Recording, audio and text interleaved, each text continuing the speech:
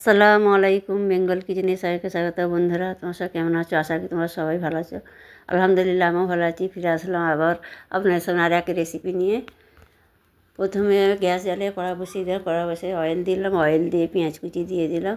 পেঁয়াজটা একটু নাড়াচাড়া করে নিলাম, লাল লাল করে একটু ভাজা ভাজা করে নিতে হবে। আজকে আমি পালস আলুর তরকারি রেসিপি আপনার সামনে শেয়ার করে আপনারা দেখতে থাকুন।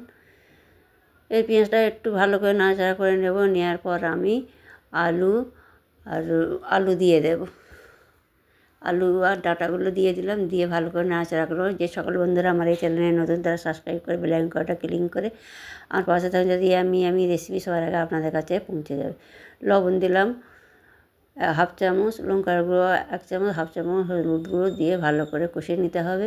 ফেসবুকে যে বন্ধুরা দেখতে পেজটা ফলো দিয়ে আমার পাশে থাকবে, বেশি বেশি করে শেয়ার, কমেন্ট, লাইক করবেন।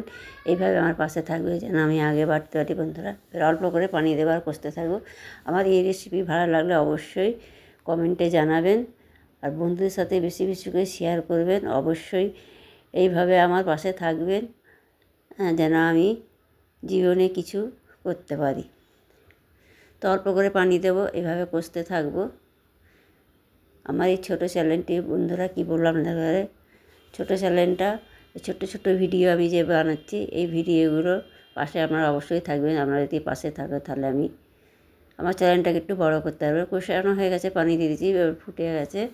এবারে পাতাগুলো দিয়ে দেবো, পালং শাকের পাতাগুলো দিয়ে দিলাম, দিয়ে আমি হালকা নেড়ে দিলাম। নেড়ে দিয়ে এবার আমি ওর মধ্যে চাপা দিয়ে দেবো।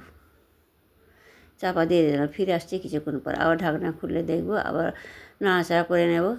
এইভাবে পালং শাক আলুর তরকারি করে আপনারা বানিয়ে খাবেন। রুটি দিয়ে ভালো লাগবে, গরম ভাতেও ভালো লাগবে, খেতেও অসাধারণ হবে।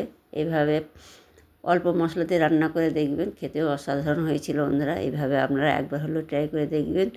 আর ভালো লাগলে অবশ্যই কমেন্টে জানাবেন, বেশি বেশি করে শেয়ার করবেন। ভালো লাগলে লাইক করতে ভুলবেন না, আপনাদের অনুরোধ করছি। আমার এই রেসিপি ভালো লাগলে আপনারা অবশ্যই লাইক, শেয়ার, কমেন্ট করতে একদম ভুলবেন না। এবার রান্না কমপ্লিট হয়ে গেছে, আপনাদের এবার আমি পরিবেশন করে দেখাচ্ছি। দেখুন বন্ধুরা কীরকম হয়েছে। এর একটা প্লেট নিচে নিয়ে ওর মধ্যে এবার ঢেলে নিলাম। ঢেলে নিয়ে এবার আপনাদের দেখাচ্ছি। আপনারা দেখুন কতটা সুন্দর কালার এসছে, কতটা ইয়াম্মি হয়েছে। দেখুন বন্ধুরা, অসাধারণ হয়েছে। একবার হলে আপনারা ট্রাই করে দেখবেন। এত সুন্দর হয়েছিল কি বলবো।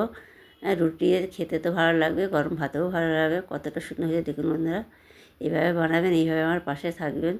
আরও নতুন নতুন রেসিপি আপনাদের সাথে দেখাতে পারি যেন আমি। আপনারা যে কমেন্ট করে, কমেন্ট পড়ে আমি এত হ্যাপি কী বলবো আপনাদের। আপনারা ভালো থাকবেন, সুস্থ থাকবেন। আল্লাহ হাফেজ। ফিরে আসছি অন্য কোনো রেসিপি নিয়ে।